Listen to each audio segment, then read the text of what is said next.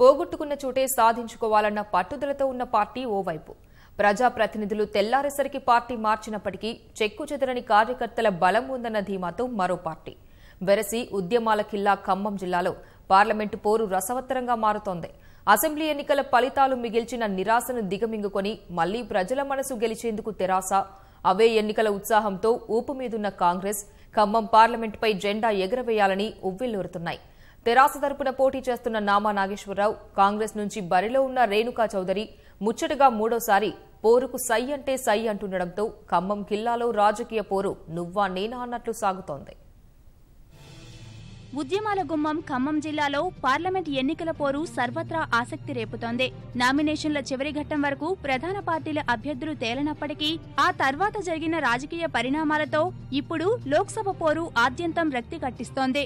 Assembly ఎన్నికల్లో జిల్లాలోని 10 స్థానాల్లో కేవలం ఒకే ఒక్క అసెంబ్లీ స్థానాన్ని గెలిచిన గులాబీ పార్టీ అభ్యర్థి ఎంపికపై చివరి వరకు వ్యూహాత్మకంగా అడుగులు వేసింది.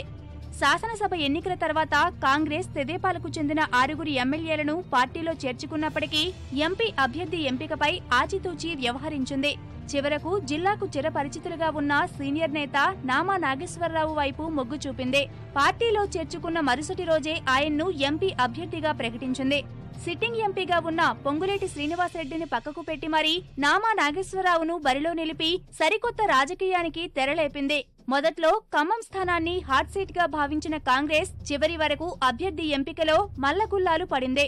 చివరకు సీనియర్ నాయకురాలు రేణుకా చౌదరిని అభ్యర్థిగా ప్రకటించడంతో ఖమ్మం జిల్లా పార్లమెంట్ రాజకీయాలు సరికొత్త వేడి పుట్టిస్తున్నాయి.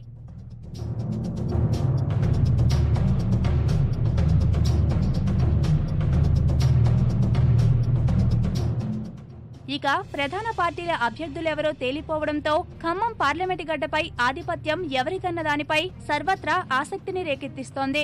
ప్రధాన పార్టీలైన తెరాస, కాంగ్రెస్ తరపున బరిలోకి దిగుతున్న నామా నాగేశ్వరరావు, రేణుకా చౌదరి పోటీ పడటం ఖమ్మం జిల్లాకు కొత్తేమీ కాదు.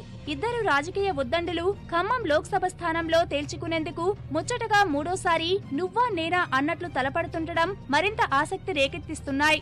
2004, 2009 లోక్సభ ఎన్నికల్లో ప్రత్యర్థులుగా ఉన్న వీరిద్దరే మరోసారి పార్లమెంట్ బరిలో సై అంటే సై అంటున్నారు. ఇప్పటికే 2 సార్లు పోటీ పడగా చెరోసారి విజయం సాధించిన నేతలు ముచ్చటగా మూడోసారి తేల్చుకునేందుకు సిద్ధమయ్యారు. 2004లో తెదేపా తరపున నామా పోటీ చేయగా కాంగ్రెస్ నుంచి రేణుకా చౌదరి బరిలోకి దిగి విజయం సాధించారు.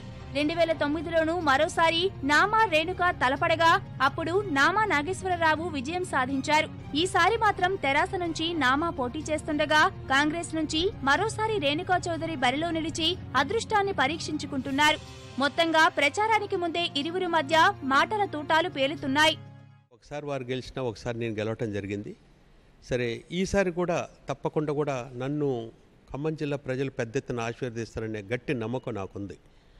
నేను ఎక్కడున్నా కూడా ఖమ్మం జిల్లా అంటే ఖమ్మం అభివృద్ధి గురించి నా వంతుగా నేను కష్టపడ్డాను.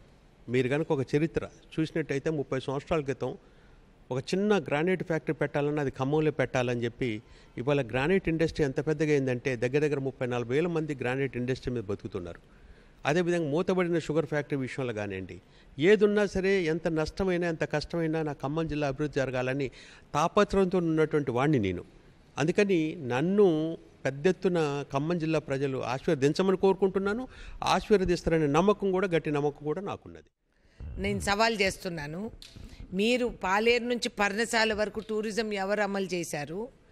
ఇక్కడ గిరిజన్ బెటాలియన్ ఎవరు తీసుకొచ్చారు? 14 రైల్వే బ్రిడ్జ్లు, ఓవర్ బ్రిడ్జ్లు, అండర్ బ్రిడ్జ్లు, అదేవిధంగా కేటీపీఎస్ వాళ్ళ కార్మికుల్ని అడగండి చెప్తారు.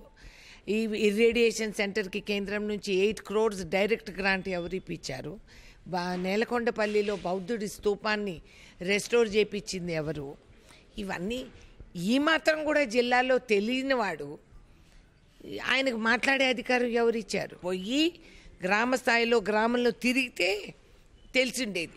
ఎందుకంటే ఆడు చేసిన పనులకు బోర్డులు ఉన్నాయి. గతంలో ఖమ్మం లోక్సభ నుంచి ప్రాతినిధ్యం వహించిన సిపిఎం సైతం మళ్లీ పూర్వ వైభవం సాధించాలని పట్టుదలతో ఉంది. ఆ పార్టీ తరపున సీనియర్ నేత బోడ వెంకట్ను రంగంలోకి దించింది. భారతీయ జనతా పార్టీ నుంచి వాసుదేవరావు, న్యూ డెమోక్రసీ పార్టీ నుంచి గోకినేపల్లి వెంకటేశ్వరరావు పోటీలో ఉండనున్నారు.